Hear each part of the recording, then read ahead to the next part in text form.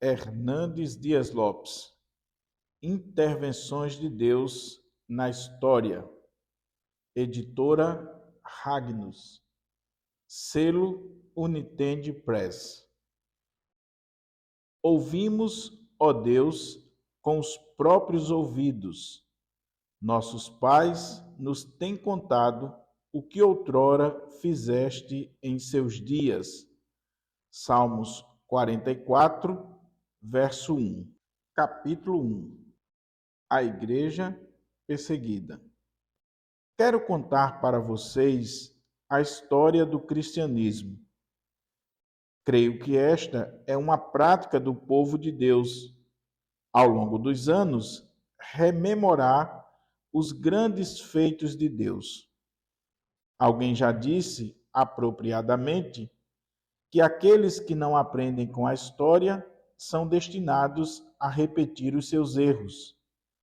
A história é nossa pedagoga ou nossa acusadora. Creio que essa palavra é válida para os nossos adolescentes, jovens estudantes que passam pela escola e estudam essa matéria.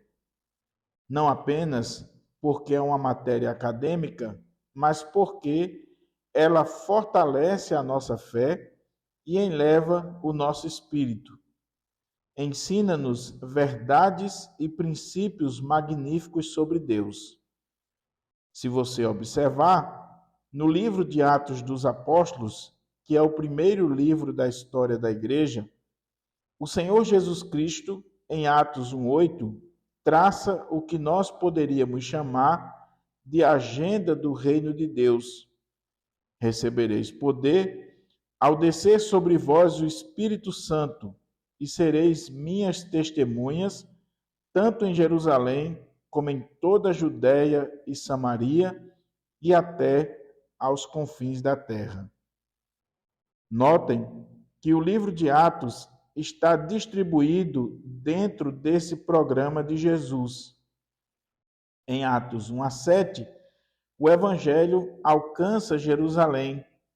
Em Atos 8, o Evangelho alcança Samaria. Embora esteja na Palestina, já alcança um povo que não é puramente judeu. Se observar, a partir do capítulo 9 de Atos, o Evangelho chega a Damasco, capital da Síria.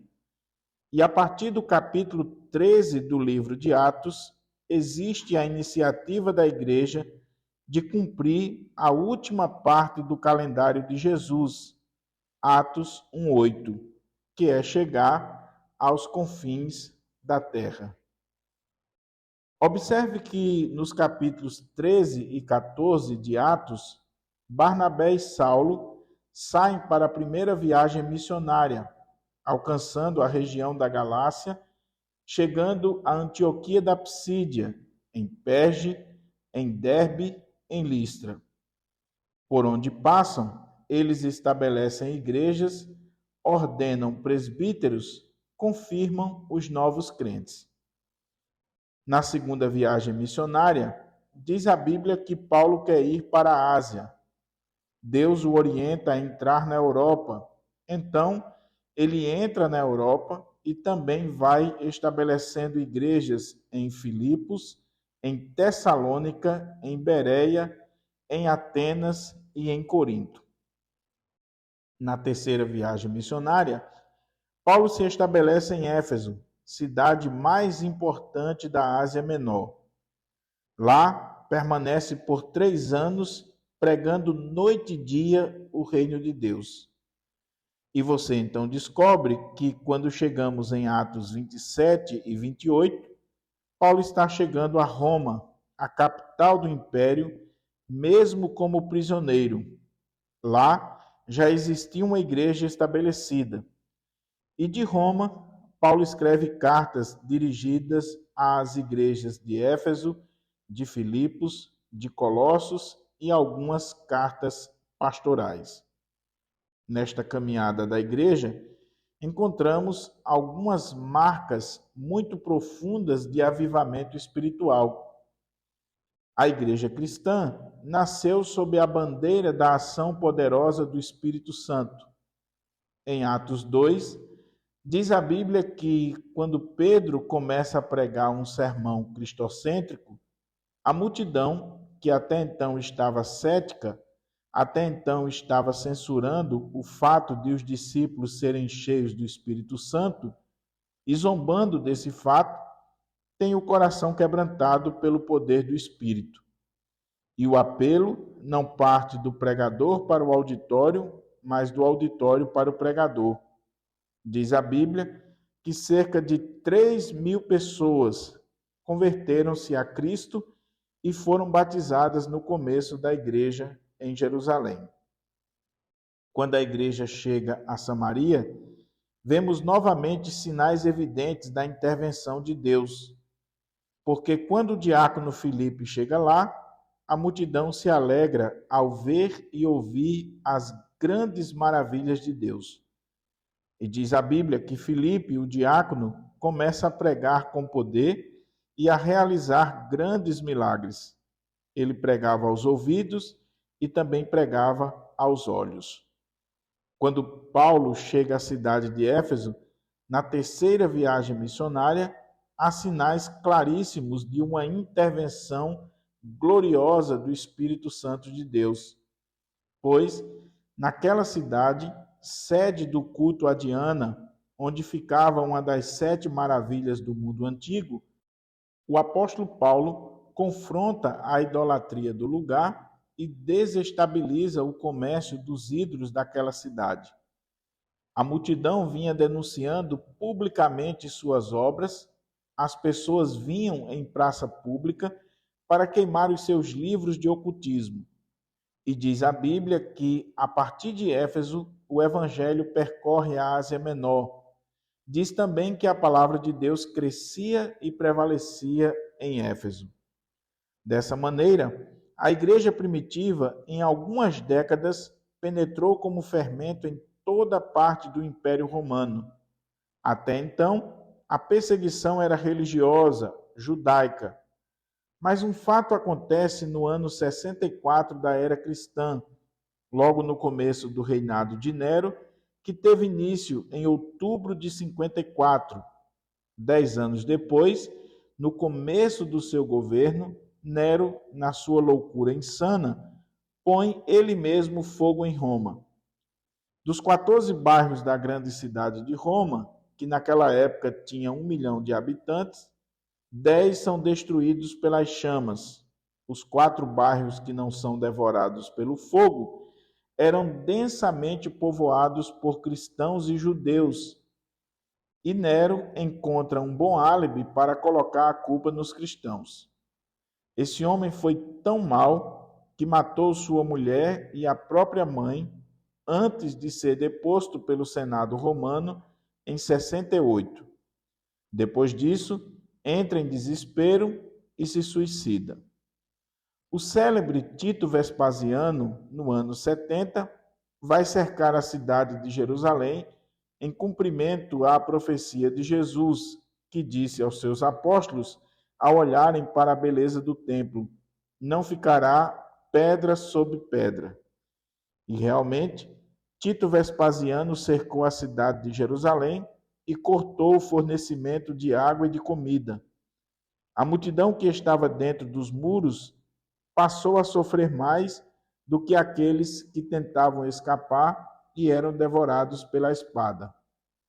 Então, Tito Vespasiano derruba as muralhas, destrói o templo, massacra os habitantes e aqueles que escapam da espada são vendidos nos mercados como mercadoria barata.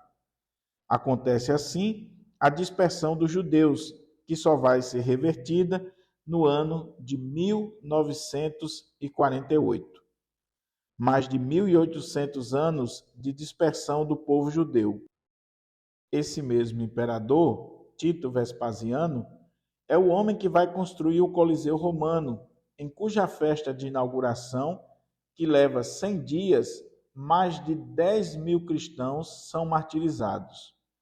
Alguns devorados pelos leões esfaimados da Lívia, outros pisoteados por touros enfurecidos e muitos deles enrolados em peles de animais para serem devorados pelos cães. Sucedendo Tito Vespasiano, surge Domiciano, do ano 81 ao ano 98, o imperador que vai universalizar a perseguição. É o primeiro imperador que arroga para si o título de Senhor e Deus, e é esse imperador quem vai banir o apóstolo João para a ilha de Patmos, de onde ele escreve o livro de Apocalipse. É nesse período que começa um maior e muito mais intenso martírio dos filhos de Deus. Mais tarde, Marco Aurélio, imperador no ano 161, vai promover uma perseguição brutal e sangrenta. 3 martírios chamam a atenção nesse período. O primeiro deles, da viúva chamada Felicidade. Essa mulher cristã, que tinha 7 filhos, foi denunciada ao prefeito de Roma e levada às autoridades. Tentaram fazer que ela se demovesse de sua fé, porém ela disse bravamente ao seu inquiridor: Viva, eu te vencerei. Seu inquiridor respondeu: Eu te mato. E ela disse: Morta, vencer-te-ei ainda mais. Mataram os 7 filhos dessa mulher diante de seus olhos. Depois de matarem a todos, ela deu graças a Deus por lhe dar o privilégio de ter 7 filhos com coragem de morrer pelo Senhor Jesus. Depois que seus filhos foram mortos, ela também foi decapitada, após grande suplício e grande sofrimento. Depois de Felicidade, foi morto Justino Marte, um dos grandes escritores dos pais da igreja, e em seguida foi morta uma escrava chamada Blandina. Essa mulher teve tamanha coragem, tamanha determinação, tamanha perseverança nos seus sofrimentos, que os seus algozes ficaram desesperados e intimidados diante de sua bravura. Esfolaram-na, jogaram-na para as feras, ela foi chifrada por touros enfurecidos, colocaram-na em uma chapa quente. Depois de tantas torturas, mesmo assim, ela abria a boca para glorificar o seu Senhor. Então, silenciaram sua voz, decapitando-a. Logo depois, vem Sétimo Severo, que também persegue dura e implacavelmente os cristãos. Foi nesse período que uma mulher da nobreza chamada Perpétua foi levada diante de seus inquisidores para negar sua fé. No entanto, ela se propõe a morrer pelo Senhor Jesus. Ela foi presa, mesmo estando grávida. Quando seus algozes a viram sofrendo e se contorcendo, gemendo de dores na prisão para dar à luz, disseram a ela: Se você está sofrendo, se contorcendo e gemendo de dor para dar à luz, o que vai acontecer quando for jogada às feras? E ela respondeu: Agora minha dor é só minha. Quando vocês me lançarem às feras, minha dor será também do Senhor Jesus, e ele me capacitará para passar pelo martírio. No ano de 249, levanta-se o imperador Décio. Esse homem entendeu que a única maneira de manter o Império Romano unido era incrementar a adoração ao imperador. Assim, ele fez uma grande campanha para que os cristãos abandonassem a fé e se voltassem para a adoração ao imperador. Na verdade, ele não queria mártires, ele queria apóstatas. Mas a igreja prosseguia sólida, firme, resoluta na sua posição de não se render às pressões. Foi então que se levantou o pior de todos, Diocleciano, no ano 303. Diocleciano, na sua loucura e fúria contra a igreja, como no primeiro ato, mandou matar os líderes e prender os liderados. Mandou confiscar os bens, os livros cristãos e queimá-los. Deu uma ordem em todo o império que aquele que se recusasse a se curvar diante do imperador e a adorar os deuses de Roma seria morto inapelável e implacavelmente. Foi o maior banho de sangue daquela época.